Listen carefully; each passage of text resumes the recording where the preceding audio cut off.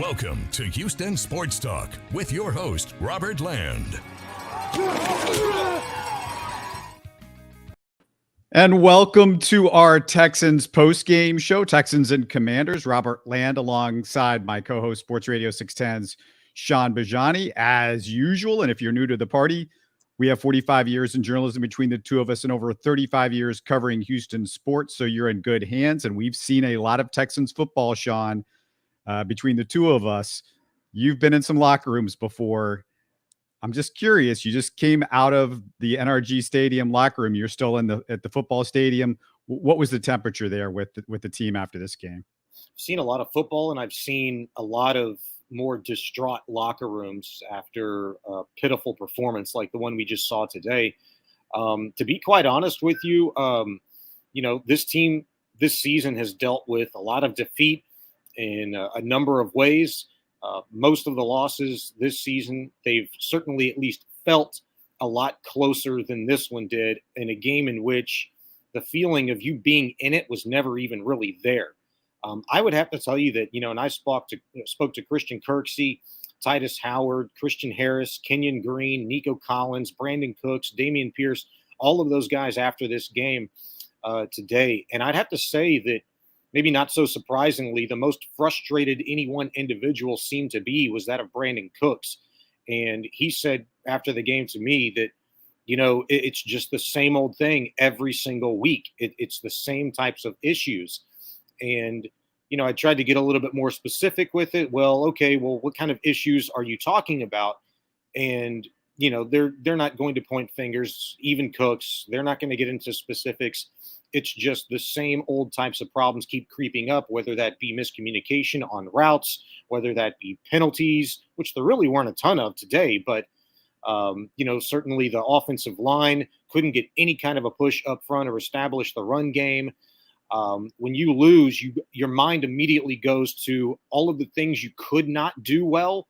And certainly in the games in which the Texans here recently over the course of the last month have lost, the number one reason I think that they would give you is that their inability to really establish a run early, and they're forcing themselves to have to throw the ball when they don't want to. And that's something they clearly don't do very well, is certainly downfield.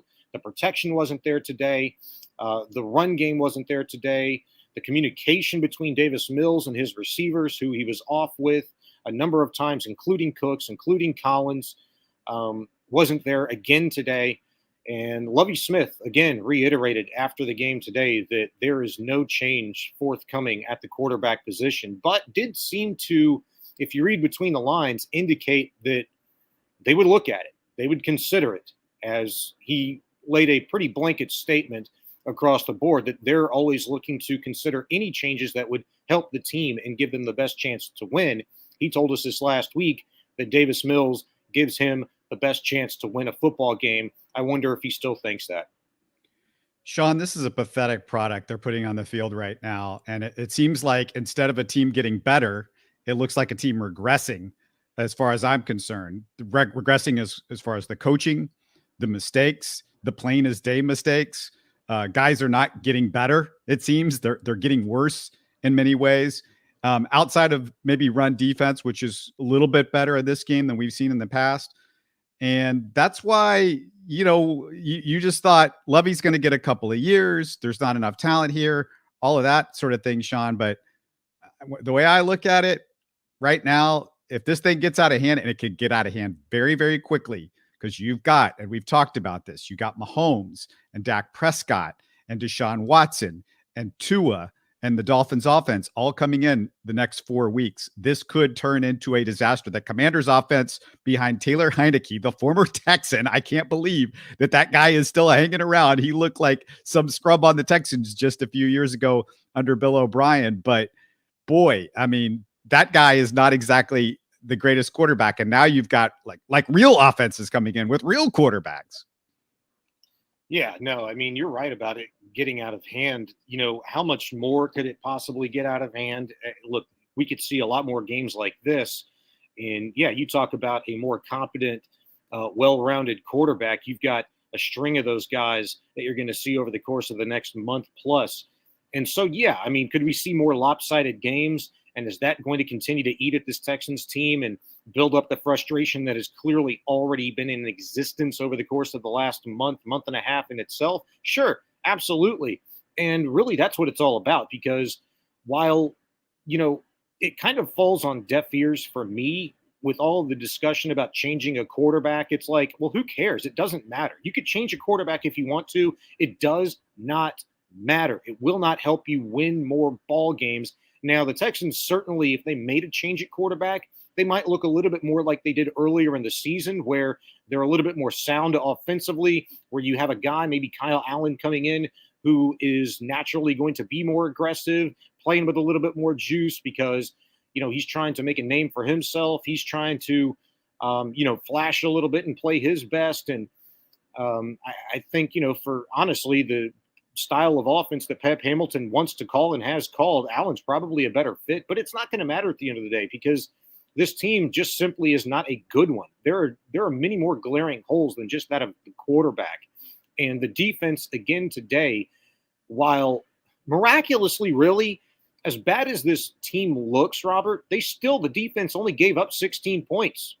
They only gave up 16 points. You'll take that every single time. 16 points, 100%. But are they imposing their will? Are they playing aggressive football? Are they making it look good? Do they strike fear in the eyes of the opponent? Absolutely not. Do they create turnovers? Are they scoring points on defense? All this BS that Lovie Smith says this defense is capable of and that they want to do, well, they're not doing it. And yeah, it has all the potential in the world to get uglier and uglier and uglier over the course of the next month. The most interesting thing to me is continuing to have that focus on the vibe and the message coming from the locker room, because there's a good mix of young and veteran in this locker room, and we're going to just see exactly, how well these veterans like Jerry Hughes, Mario Addison, Christian Kirksey, I mean, you go up and down the line, really are able to, I think, take these guys underneath their wing and continuing to have them play for themselves, looking at themselves in the mirror and say, what can I do? That was really the message today. What can I do to get better? Kenyon Green. What can I do to get better? Christian Harris. What can I do to get better? Christian Kirksey. What can I do to get better? Dameon Pierce. Across the board, Robert, at the end of the day, maybe it's not necessarily about what can I do, but what can we do? That's a big difference, and I think that's something that needs to be discussed.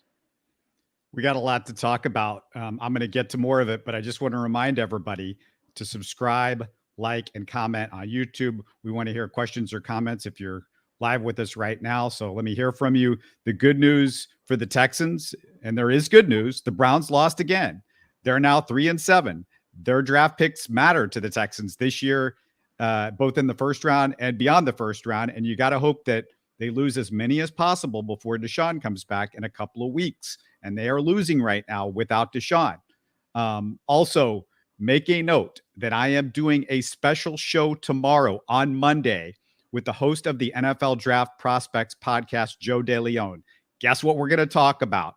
We're talking about quarterback prospects for the Texans, like Bryce Young. Subscribe on YouTube and your favorite audio platform so you don't miss it. It's a massive decision, Shaun, for this franchise in a few months that they're going to have for a quarterback. So trust me, you're going to want to listen to this one, and we're going to have future ones. I'm going to try to get more people to talk about the quarterback situation. So yeah, the Texans on the field may not be boring, Shaun, but the Texans with the draft and what's going on leading up to this draft, and they look like they're locking in the number one overall pick to pick the guy that they want. I mean, I have a hard time seeing that they're going to win many more games this year. So I think this is a big one. Yeah, even if they do kind of luck into one or two, I still think it's going to be good enough to have the pick of the litter of who they want, because the draft capital is so wealthy, so prominent with what they have at their disposal. They'll get who they want, where they want them. I think at the end of the day, the question is just going to come down to, is it the right guy? Is it the right fit? And if it's a quarterback, if it's CJ Stroud, if it's Bryce Young, to me, it can really only be between one of those two guys in April of 2023. then are one of those guys the right guy to build your franchise around going forward? That is the multi-million-dollar question for this organization, and it's one I find fascinating, and I can't really wait to get to at that point, because that in itself, Robert, we've seen it happen before with Deshaun Watson. It wasn't that long ago. It seems like a decade ago. It seems like longer than that sometimes when you're in the midst of watching, crap like we did today on the field. But he did exactly that. He completely turned his franchise upside down in a good way and gave this city a lot of juice, a lot of hope for even just a brief flash in the pan. In 2017, we thought we were entering the golden era of Houston sports, not just the Houston Astros, which continue to be that gold standard. But this franchise will one day be back again right there. You just really don't know who it's going to be built around at this point in time. So I'm looking forward to those interviews. Yeah, remember that in that draft, they didn't have a top pick. They moved up to the 12th pick to get Deshaun Watson. And if they did have a top 2 or 3 pick, we might be talking about Patrick Mahomes right here in Houston. So think about that. And I'm going to go over a few possessions from this game, Shaun, but trust me, we're not going to bore everybody with a ton of specifics after the first few possessions, but I just want to get a couple things out of the way, because the first Commanders possession, second play of the game, Jalen Petrie drops an easy interception. I'm going to get back to Jalen in just a bit, but the D get a 3-and-out. Second play of the game for the Texans offense, Davis Mills throws a pick six. And Shaun, this was Matt Schaub-esque. It's only fitting that we say Matt Schaub-esque throw in a year where it looks like this could be the worst season since that Matt Schaub pick six season when they were 2-14. He stares right at Brandon Cooks and just telegraphs it. Yeah, me and Seth Payne were actually just moments ago looking over and over and over again at that play in particular, and we're trying to figure out what Mills was doing there, what really was supposed to happen. And, after rewatching that thing about 4, 5, 6 times, we noticed a lot on that play. And sure, Davis Mills stared a freaking laser hole right through Brandon Cooks. And we thought, all right, well, maybe this is something that is a tendency that the Redskins picked up on when they're bringing 5. The Texans maybe don't throw the ball deep, but it looked like Cooks was supposed to continue his route, so the ball was not supposed to be thrown where it was by Davis Mills, which caused Forrest to undercut that and return it for 6. Maybe that was supposed to be another play similar to the one that we saw a couple of weeks back, which I think, in fact, went to – it was either O.J. Howard or Jordan Akins, that little floater over the head of the defensive back then, which was a beautiful pass, touch pass for Davis Mills at the time. Maybe it was something that was drawn up like that, and Mills or Cooks got confused on the exact route. It wouldn't have mattered. You needed a little bit more time. Kenyon Green completely left the B gap wide open, went over to help Laramie Tunsil with the edge rusher, which allowed it wasn't Ridgeway this time, but it was the other defensive tackle who Kenyon Green was on for much of the day to come right through and ended up knocking Mills down on that play. There was a lot of things going on in that instance.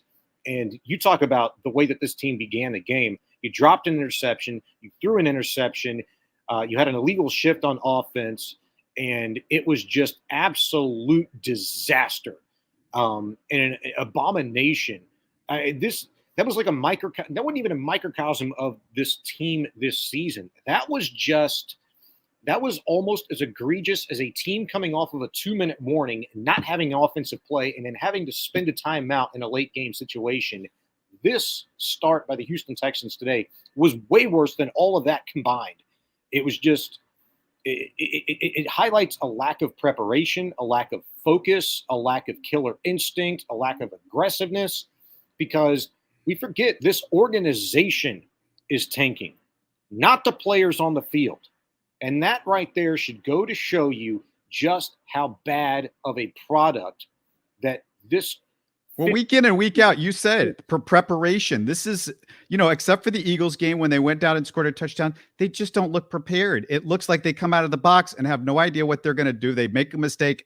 It seems like inevitably 2 or 3 mistakes in the first 3 plays every single solitary game. And I just want to point out, that there was 4 quick punts from both teams in the next few possessions. The Commanders looked like they hadn't seen the film of the Texans. This could have been a lot worse, Shaun, early in the game, because instead of running the ball down the Texans' throats, they start off passing and trying misdirection and side-to-side runs. And, I'm just amazed, Shaun, at how dumb NFL coaches could be. It's like I go on other podcasts every week and people are like, hey, can you come on and talk about the Texans? And they ask me, well, what's going to happen? And I said, well, if you're dumb, you won't run the ball in the first half like most of these coaches. But in the end, they all do it by the second half because they finally figure out the Texans can't stop it. And you don't have to run side to side and you don't have to run misdirections. You just run the ball right up the gut and the Texans can't stop them. Yeah, absolutely. And, look, you can't say that this team isn't preparing or is not prepared. They're prepared. There's no question about that. I mean, there are some smart guys in the locker room, and I think there are some diligent workers throughout. However, you can be as prepared as you possibly can be for the wrong thing. And I think, we ask Lovie all the time, and look, he's a master deflector, refuses to get into any specifics about anything or anybody. But it's pretty clear that he doesn't pay a whole lot of attention to the analytics side of things, the hard numbers. And that should be pretty telling to you. And I wrote an article about it this week. Lovie Smith isn't going to make a change at quarterback unless, Davis Mills is injured or he's hurt.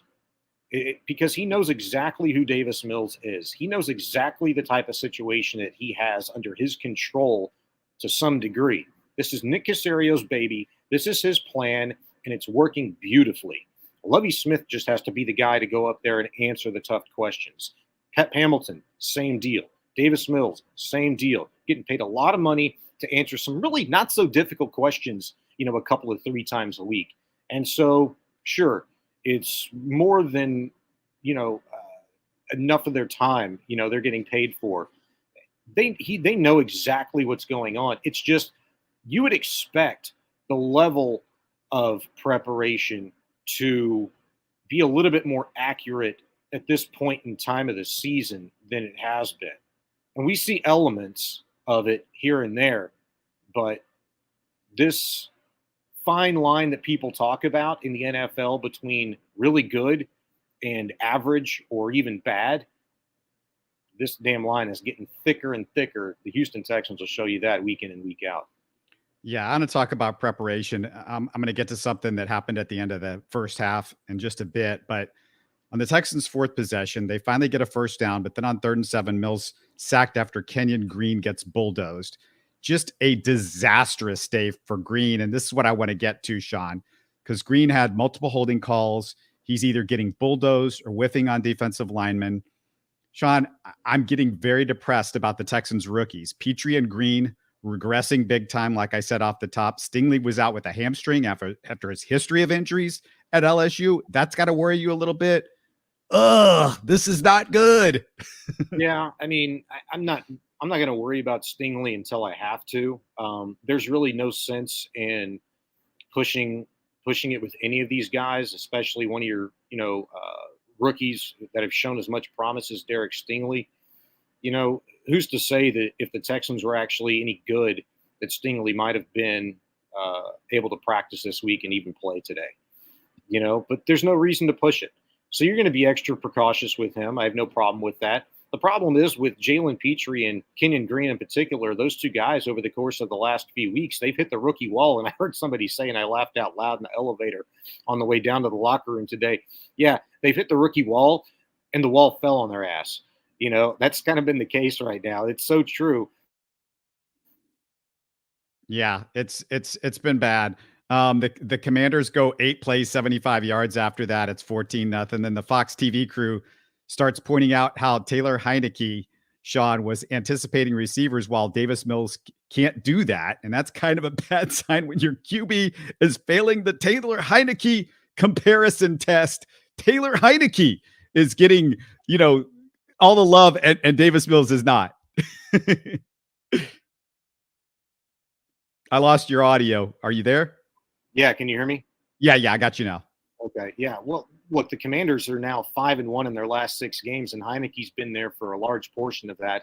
And so, rightfully so, they're going to get a lot of that attention because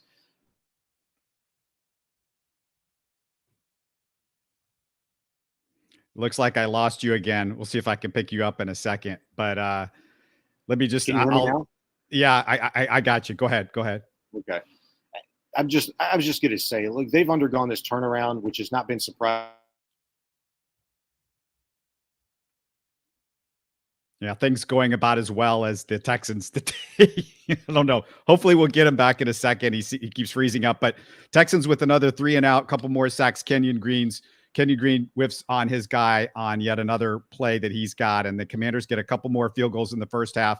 The Texans with 5 total yards, 5 in the first half. And Shaun, this was a game that makes me start to wonder about Lovie losing the team, because on one of Washington's field goal attempts, the Texans have an illegal formation. You mentioned the illegal formation on the offense early in the game. It's just basic stuff. And, this is focus. And this is the type of stuff that, if Lovie's going to win because of lose because of lack of talent, that's fine. And I get it. There's a lot of young guys on this team.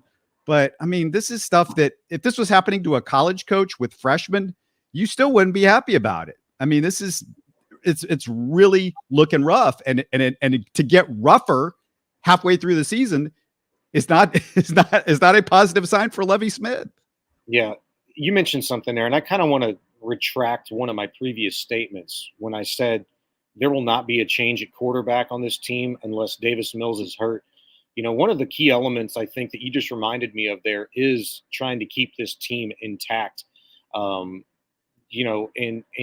having that message, that positive message that Lovie Smith is trying to reiterate each and every day, each and every week, regardless of these losses stacking up, is you don't want any negativity emanating from that locker room and making its way into the public. But if it starts to creep out, if there's even a hint that Lovie feels like he might be losing this team, that guys aren't bought in, then I could see a change at quarterback if, in fact, there's reason for such. If in fact, what I mean by is if the players' unrest emanates from what they're seeing in practice from Kyle Allen, where it becomes clear to them that he's better than Davis Mills and that he deserves playing time at a point, then I could see a change there. And we may not be a couple of short weeks from a decision like that. So, yeah, let's keep an eye on it. But if you think for 1 second that they're going to change the quarterback because they think that they could win more games outright and finish on this great run with anybody, no. The troubles stem far beyond just quarterback, and I think that would be a move that would prove exactly just that to the other 52 guys in that locker room if, in fact, a changeover was made. I want to go to something that happened at the end of the game, because this is just, as a fan, you're like, okay, if we're going to lose, that's fine. But if you're not going to try, that's a whole other thing. And fans pay good money to go see 4 quarters of an NFL football game. And in the fourth quarter, when you're just going down the field, taking your sweet time, this team looks like it doesn't know how to run, and either it doesn't know or doesn't care about running a different pace of offense when you're behind in games.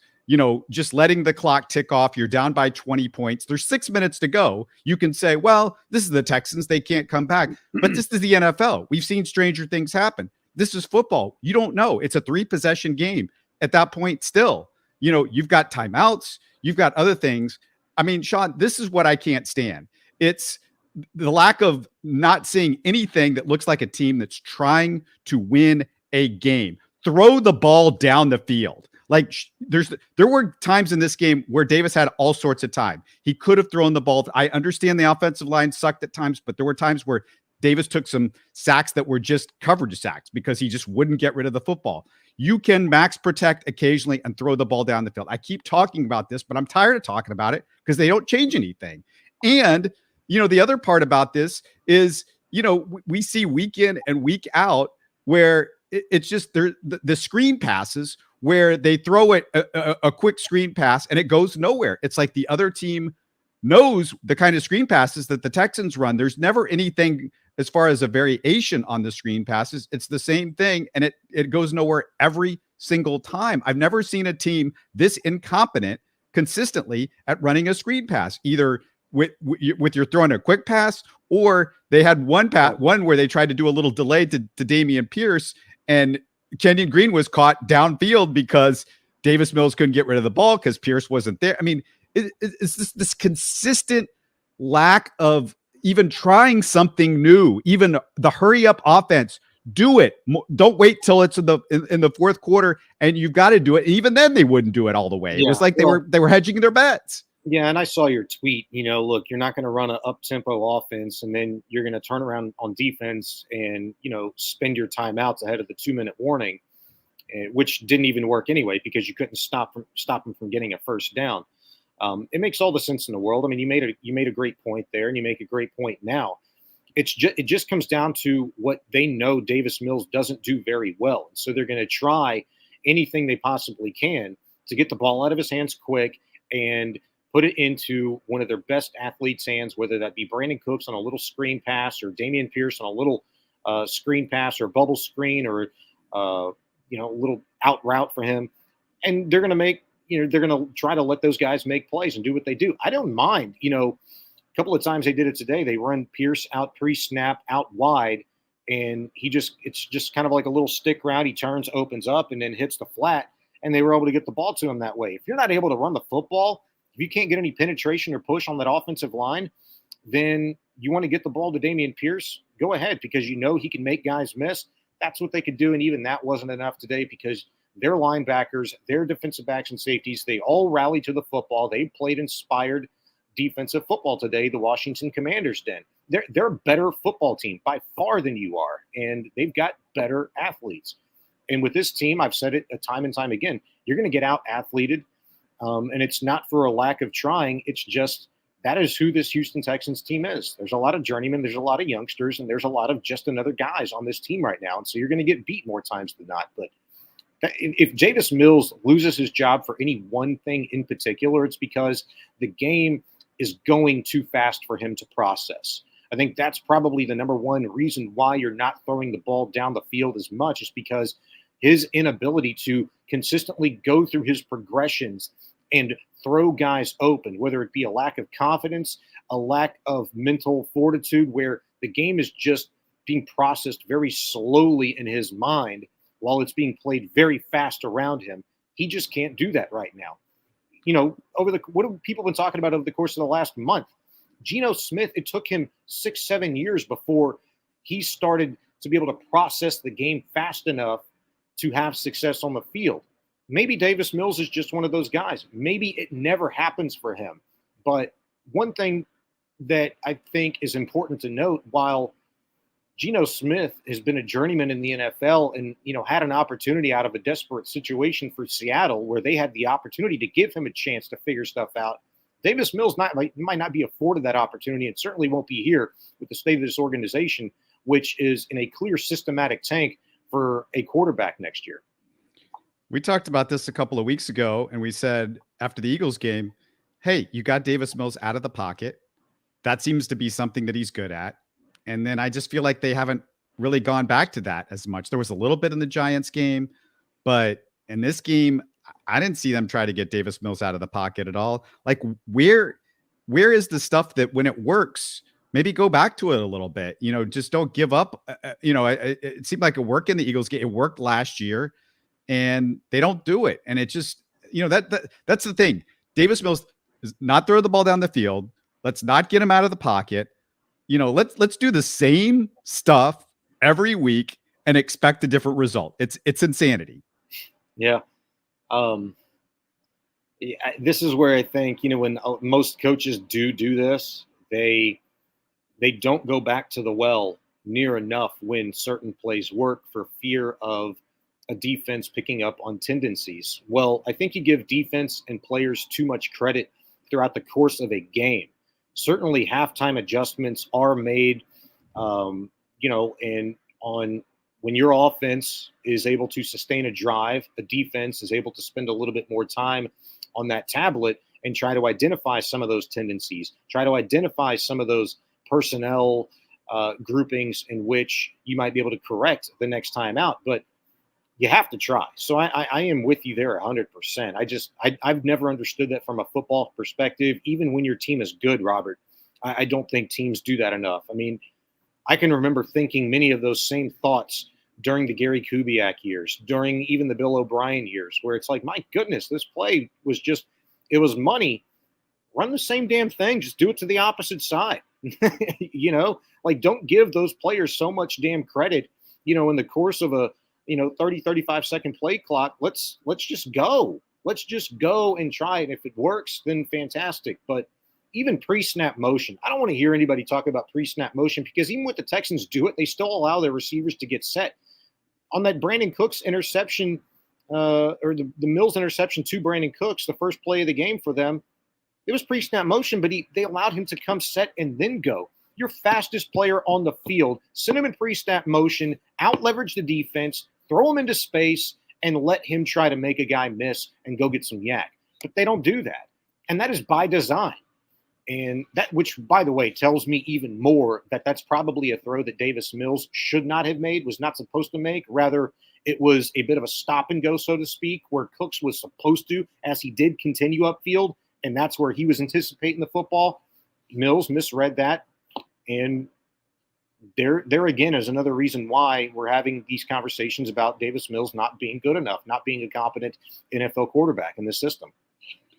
Yeah, it's real frustrating to me that, okay, Davis Mills isn't any good, but you're not doing anything to help him by doing the same thing every single week, not doing the things that I think he's good at, like getting outside of the pocket. It's obvious. We've seen it over and over again. Sure. It just reminds me, I mean, I feel like I'm watching two teams that are run by the same offense, in the Rockets and the Texans, and both of them, I go, what are you guys doing that's any different from game to game? It's the same vanilla stuff that's not working, that doesn't seem very creative, that doesn't seem different, that it feels like, they're trying to do something from 30 years ago that we've all decided is, past its prime. And it's just the same. I don't know. It's just like, it's annoying. And I mean, I get it. Both teams have young players on them, but it doesn't mean you can't try. You're failing as it is. Try something harder. Try something different, please. Sure, and they've got more talent on offense than they do on defense. And how many of these guys came from a pro-style offense in college? I mean, that's what the Texans are doing quite a bit here, running this pro-style offense instead of just spreading it out. Like, you're inviting the pressure. You're inviting an extra guy or two in the box, running these 2 and 3 tight end sets. Go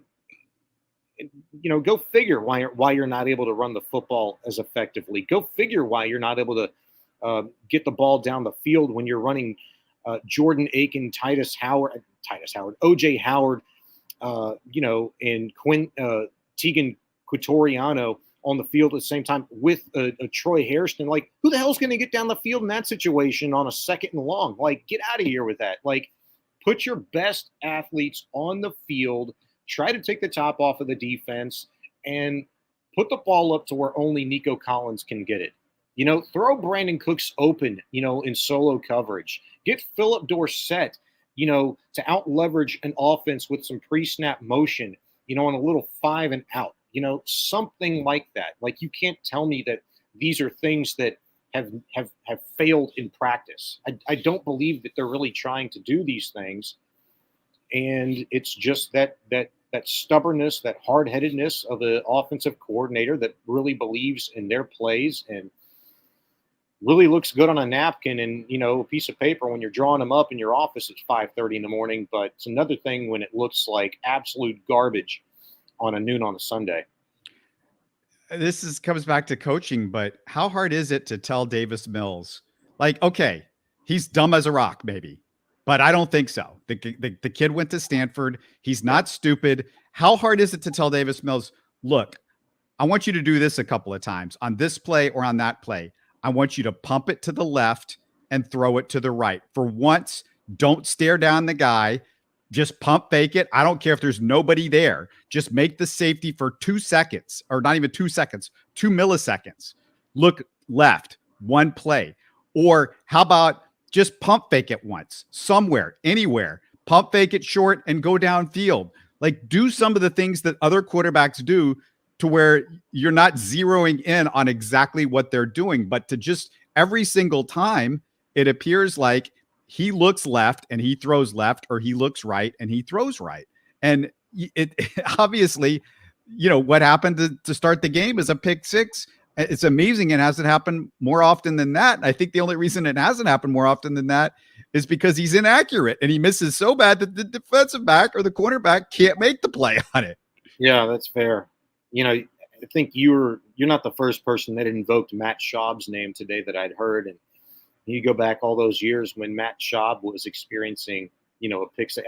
What did he throw? A pick six in like 5 or 6, 7 straight games? It was something like insane and predictable. Like there was prop bets on this stuff, on these like Bovada gambling websites. I remember back in the day, like you could have made some pretty good money on some of those. And yeah, we're not seeing it to that level. I really don't think that we will, because he doesn't take the chances that even Matt Schaub was taking years ago. I mean, it's just, I feel really bad for Davis Mills, to a degree, that he's even in this situation, that the organization is, that, you've got a coordinator and a quarterback coach who's doing something that he hadn't done at the NFL level for, half of a decade.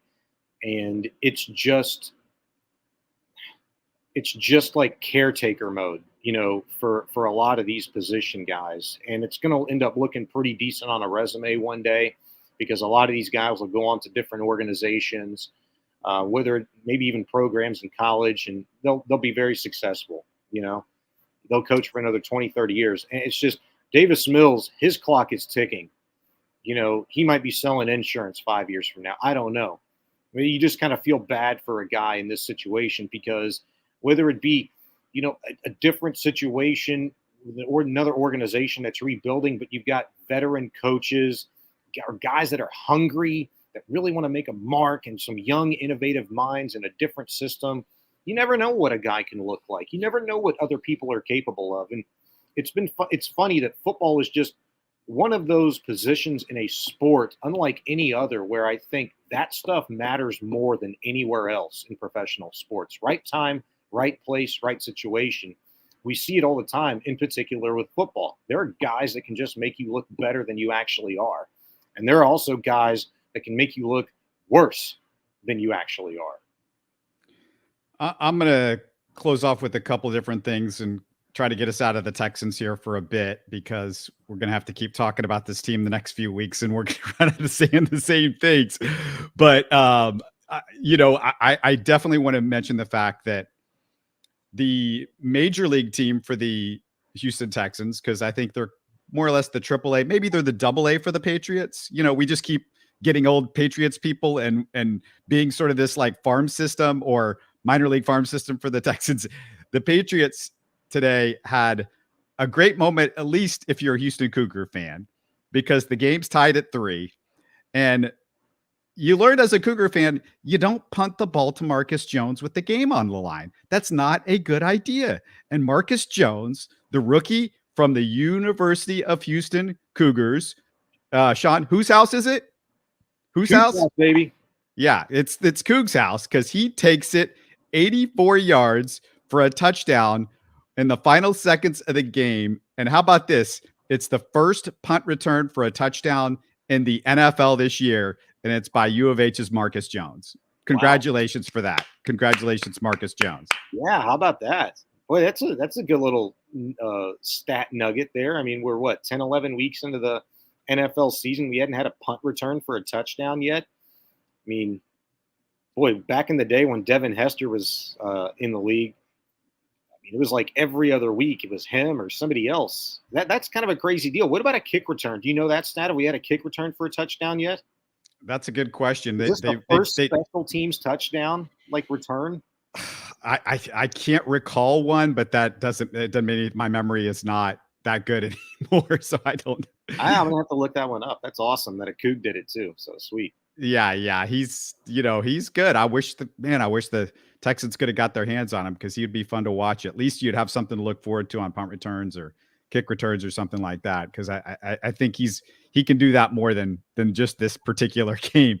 But big win for the Patriots and what's becoming a crazier AFC East. It's not necessarily the Bills all by themselves, all alone right now. The Bills pulled out that game I said with the Browns, but how about this? You talking about the Bills, like when Mills threw his second interception, I think it was the first or the second. I think now he's got the most interceptions in the league. I think it's 11 with that second interception.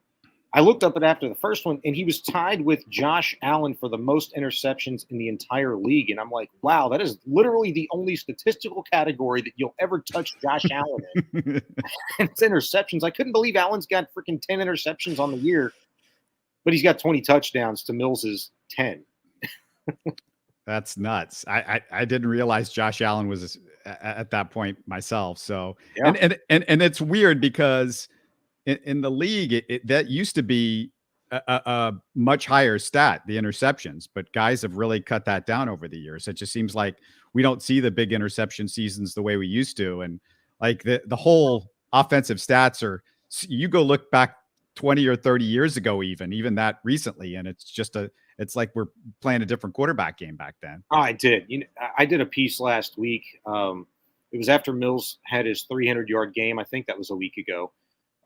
Against the Giants. Was that against the Giants where he had the 300-yard game, or maybe the week before? I can't remember now. Yeah, it was Giants. That was the second 300-yard game of the season that he'd had, the sixth of his career. And so I was like, boy, the dude hadn't won one of those games in his 2 years as quarterback of this franchise.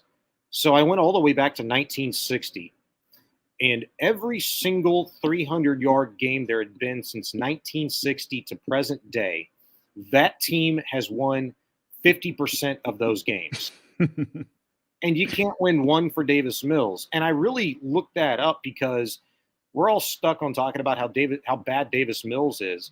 My point in looking that up and finding that statistical analysis to back an argument up that says, well, it's not just about how bad Davis Mills is, but it's also just about how bad this offense is and how inopportune this defense is.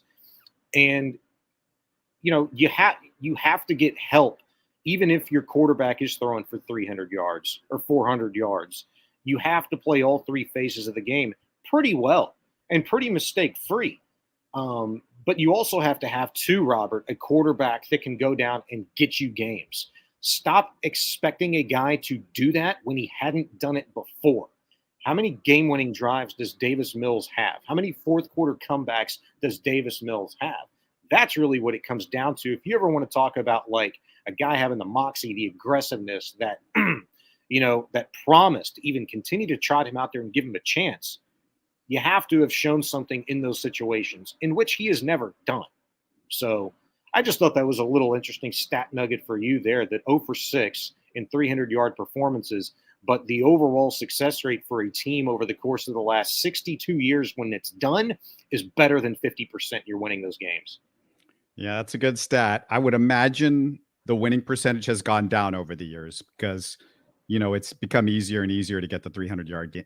It's been below 50% one decade, and that was in the 1970s, which was the dead ball era for throwing the football. It's when they were running amok, and I think teams still won 47% of those games when they threw for at least 300 yards. I think the highest was the 80s or 90s. They were winning at a 63% clip. So this is how depressing it was in the first half, Shaun. And I want to mention this before I close out. I get a message from a friend of mine from college. And she says a guy that we both mutually know, he was my old college roommate. He was actually my roommate at the very end when I was just before I got my first job in the television field. He passed away. And, he wasn't somebody that I had kept in touch with over the last 12 to 15 years, but I just got to tell you a little bit about this guy because he used to fly all over huge sports fan, used to fly all over the country, and he would, for big games, Super Bowls, Final Fours, you name it. And I went with him to the Final Four in San Antonio, and he said, yeah, we're going to go and I'll scout the tickets.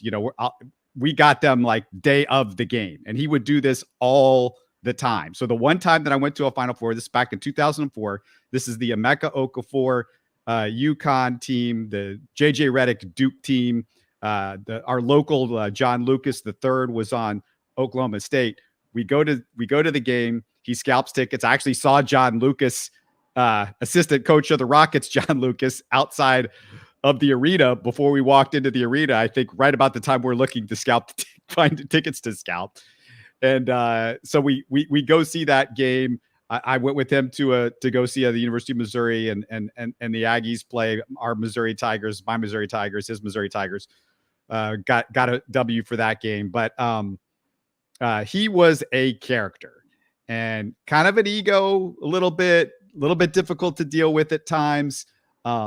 Last I saw, according to LinkedIn, for the last few years, he had been an executive producer for Celebrity Wife Swap out in Hollywood, which is kind of fitting for him. But, you know, we had some interesting times. We went to Vegas.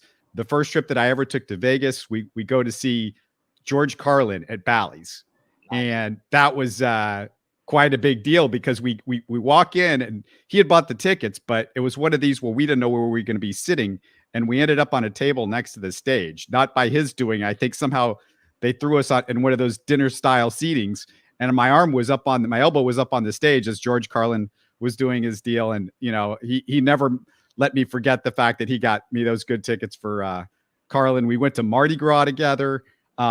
We were at Mardi Gras back in the late 90s when Jerry Springer was one of the lead guys on one of the big floats at the big Endymion parade, I think it was called, right before, a couple days before Mardi Gras ends, and the whole crowd's yelling, Springer. This is not for George Springer, but for Jerry Springer, as he's coming down the street at us at Mardi Gras. So just a lot of great memories that I got with that guy. He was a character. I tell people, like, yeah, I don't know if I miss him as a friend because he could be a little bit difficult. And like I said, he thought highly of himself, but it was always an adventure going out with him. And his name's Mark Teague. And sad to hear that he's gone way too soon. But anyway, Shaun, what do you think? Do you want to do something this week before Thanksgiving? Do we have a show in us to, like, what we can be thankful for in Houston sports outside of the Astros? I think that's a really good topic for a show. Things to be thankful for as a Houston sports fan. And maybe, you know, a little spin on it. 1 year from now, what could we be thankful for as a Houston sports fan? You know, Sometimes you got to go through the rough times to get to the good times. And I think we might look back on this one and a year from now, we might be pretty satisfied with the way things have turned out. We're going to try to make these post games as fun as we can the rest of the way. Hopefully I can keep Shaun engaged for a few more weeks if he can stay awake for these games. Hey, I'm here for it, man. I mean, I get to come to an NFL football stadium, you know, on these home games and watch a game and talk some ball. I don't care how bad it is, how good it is. I'm just glad to be able to do it. So you got me for as long as you need me, as long as you'll have me. Sounds good, man. Well, another rough one for the Texans. Oh my goodness. We're going to do it again next week. Next Sunday is keeps going.